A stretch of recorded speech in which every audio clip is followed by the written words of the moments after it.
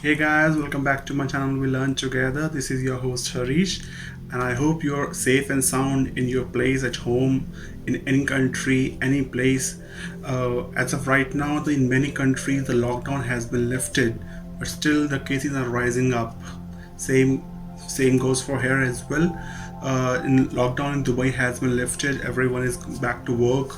Everything is normal except you have to wear the mask in public places, in your offices, pretty much everywhere. I hope you are following the same in your home, at your country. Today I have brought another video, like in previous video which I did with my wife, about 15 things you didn't know about country Argentina. So today we are doing a small quick animation video of the history of Argentina. The video is made by Past to Future channel. They have provided an animated history of the Argentina in 5 minutes. So let's go and dive in and learn something new about Argentina history.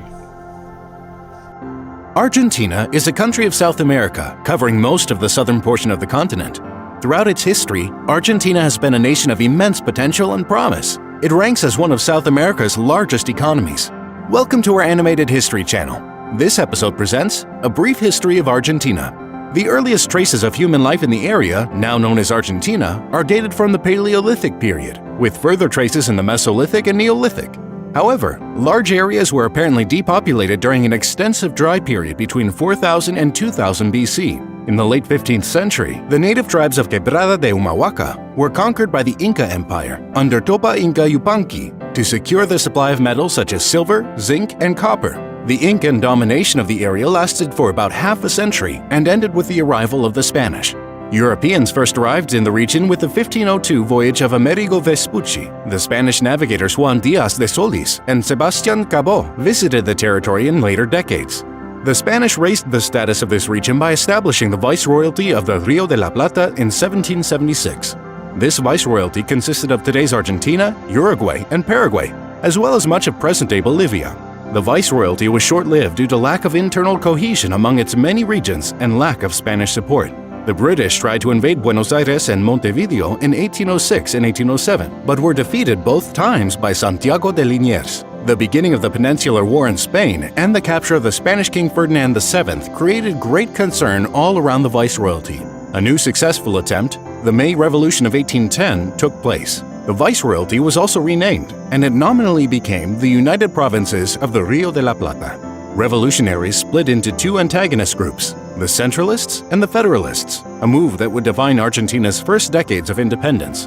On the 9th of July, 1816, the Congress of Tucumán formalized the Declaration of Independence, which is now celebrated as Independence Day. The 1820 Battle of Cepeda, fought between the Centralists and the Federalists, resulted in the end of the Supreme Director rule. Bernardino Rivadavia was appointed as the first president of the country.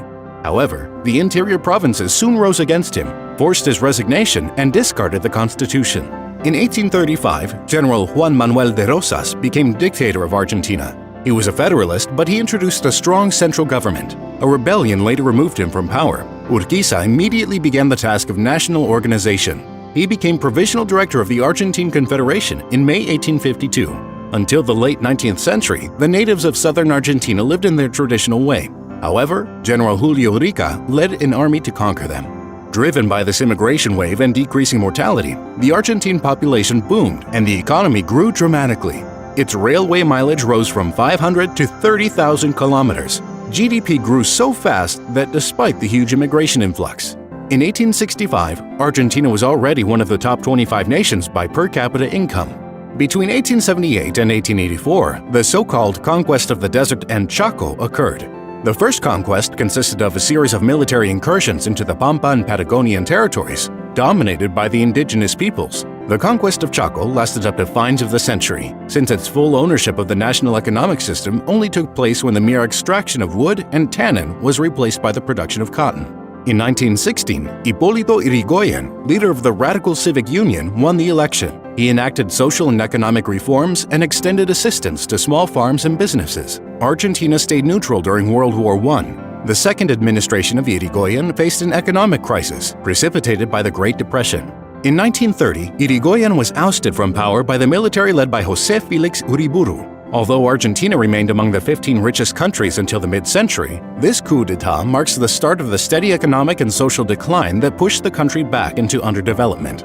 Argentina also stayed neutral during World War II, a decision that had full British support but was rejected by the United States after the attack on Pearl Harbor. A new military coup toppled the government, and Argentina declared war on the Axis powers a month before the end of World War II in Europe. After the 1943 coup, Juan Perón gradually emerged as leader. 3 years later, he was elected president.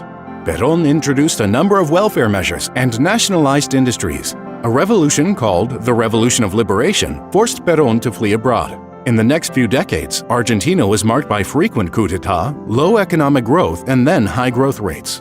Occurring between 1970s and the 1980s, the Dirty War involved state terrorism in Argentina and disappearance of thousands of people. Meanwhile, inflation continued to rage and Argentina became heavily indebted.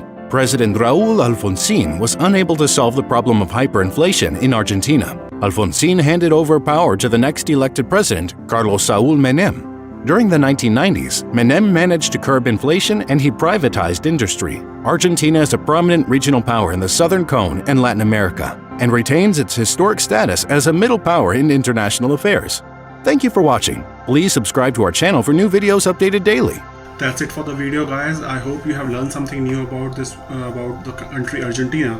The interesting fact is that Argentina got independence in 18th century. And after that they have been stayed neutral in World War I and II as well, but still their growth declined until 1980s. So like they have done the growth in past 30 to 40 years only. Before that they have fight, they have separation, everything.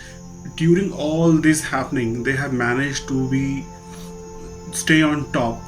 Even in World War II, they were in top 25 countries as in case of per capita income. That's it for the video, guys. I hope you have liked this video and you have learned something about Argentina. The fascinating fact that I like about the Argentina that they got their independence in 1810. I am not sure or not aware if any other country in the world gained independence and celebrating their independence from 1810. If there is any country, just let me know in the comment section below. So from that they have been growing continuously until date. It's a very good country, a very beautiful country in many of the landscape which I have seen while doing the research on this video. So I hope you have learned something new about Argentina with this video, about their country and about their history. If you like this video, please don't forget to hit the like button, subscribe to our channel, and share your feedback in the comment section below.